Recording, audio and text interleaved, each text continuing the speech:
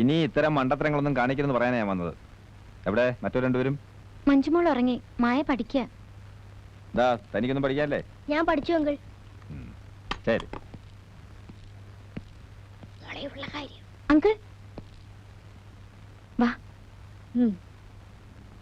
Uncle, ഇത് കുഞ്ഞമ്മയുടെ മോളാണ്. നമ്മുടെ കമ്പനിയിൽ എന്തെങ്കിലും ഒരു ജോലി. അവള് നന്നായിട്ട് ടൈപ്പ് ചെയ്യും.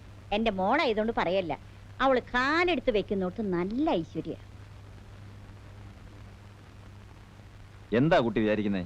ഫാക്ടറിക്കാരും പിള്ളേരുകളെയാണെന്ന്? അല്ല, കുഞ്ഞമ്മ പറഞ്ഞപ്പോ. ഏതു കുഞ്ഞമ്മ പറഞ്ഞാലും ശരി, ഇനി കുറെ നാളത്തേക്ക് ഒറ്റ ആളിനെ അവിടെ വേണ്ട. ഉള്ളവരെ തന്നെ എങ്ങനെ ഒഴിവാക്കാമെന്ന് വിചാരിച്ചോണ്ടിരിക്കുമ്പോഴാ.